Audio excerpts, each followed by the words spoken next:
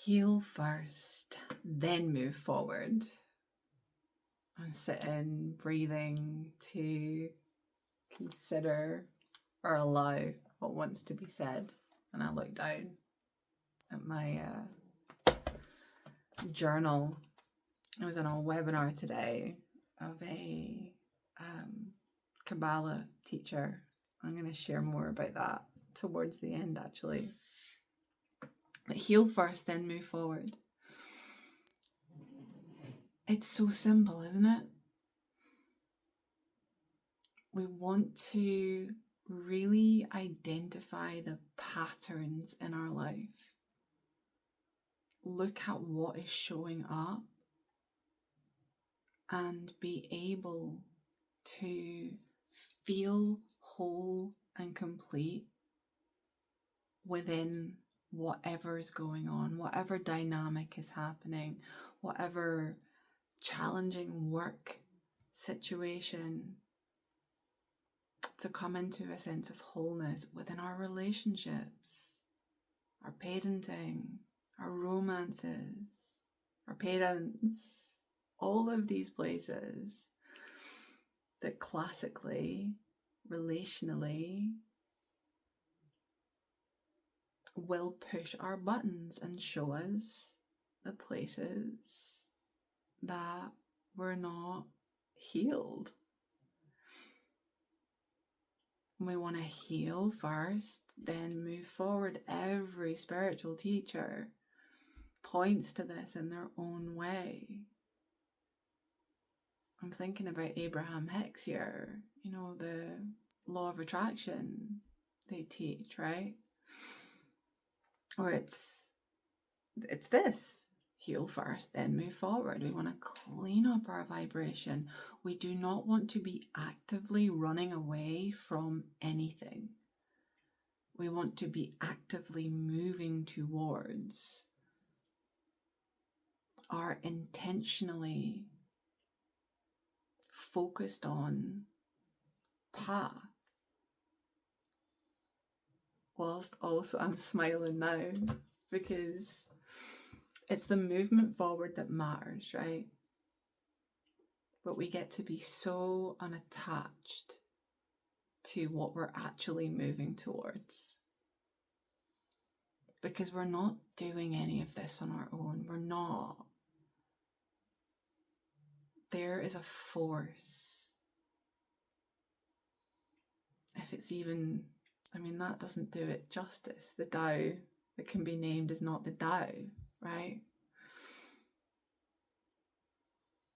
There is a creator of everything. I love that language of Kabbalah, the creator, the light. And when we have these big visions, or any vision, any idea that feels expansive, that feels, the feeling, I don't need to tell you the feeling, like, oh yeah, that. For me, that's speaking on stages in front of thousands of people. I absolutely know that is part of my future. And so here I am speaking. I'm speaking right now. I've kind of gone off in a different direction, haven't I? And this is what presence does. We start on something to get us going, and then maybe we'll look back around.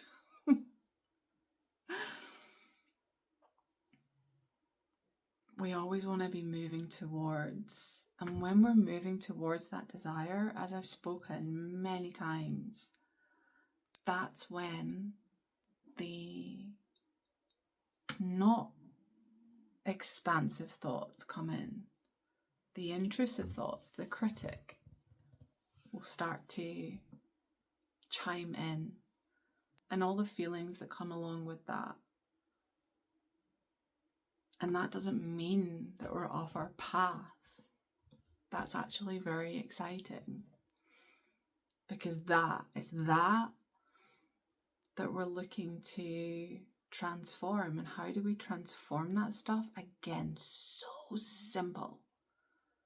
So simple. Don't resist it. Allow it.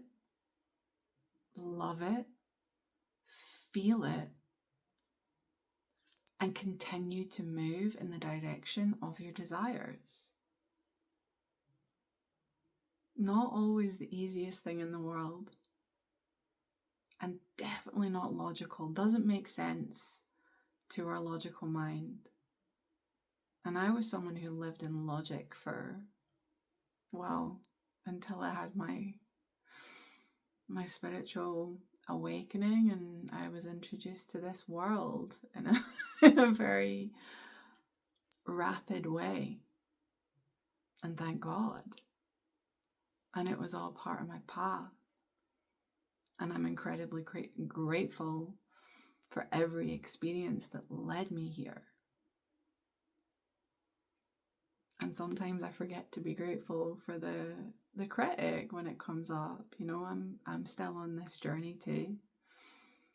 Still making, let's say, mistakes. But that doesn't feel in alignment with the message, and it's just not true. Because we're never off the path. We're never off the path. It's a really cool part about it. We're just constantly, the path is right underneath our feet to everything that we want, everything. And the only person that can get in our way is ourself. And that's so much more nuanced than it sounds, right? It's not about belt and braces and get on with it and push through. It's not that.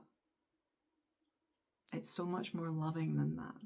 In my world, the way for me, the way that resonates with me, the way I practice and the way I teach. And there are other people that teach different things. And my yoga teacher used to say, the truth is a pathless land.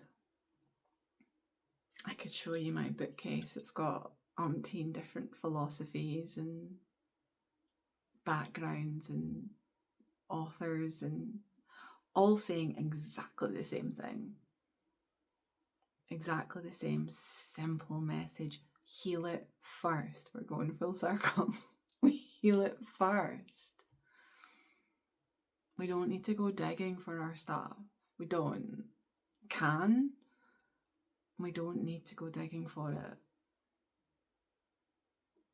We don't need to speak to 20 different people about the same thing that we're experiencing that we don't want. Because guess what that does?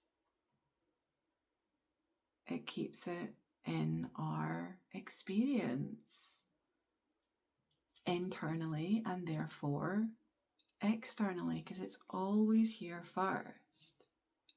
It's always here first. 95% of our thoughts, at least 95%, we're not aware that we're thinking. And it's those thoughts that are creating the results that we have. And so if life is a mirror and we don't like the reflection, then you're not going to clean the reflection, are you? You're going to go to the source. We heal it first. Heal first, then move forward. Heal first, then leave. Leave the job. Leave the relationship. Heal first, then leave. I really loved that in the webinar that I was on today. So I want to tell you about this teacher that has been very integral for me to reach new levels of integration. And his name is David Guillaume, and we are currently starting a new 30-day journey, inner exploration, called Healing Soul Contracts. So the first webinar was today. It was day 1 today. I don't actually know the date today. I think it's the 20th of November or thereabouts. So if you're seeing this round about then and you are curious about that, if that sparks something for you, then please do check it out. Come and join us. His payment paradigm is pay what feels right to you. So there's absolutely zero financial barriers whatsoever. And yeah, I don't think this will show up in a mirror format, won't it? Yeah, probably. But this is the dude here, and like I said, he's been very instrumental for me,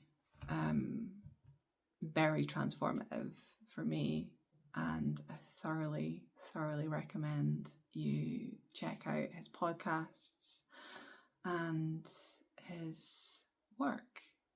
So I am sending you a ton of love.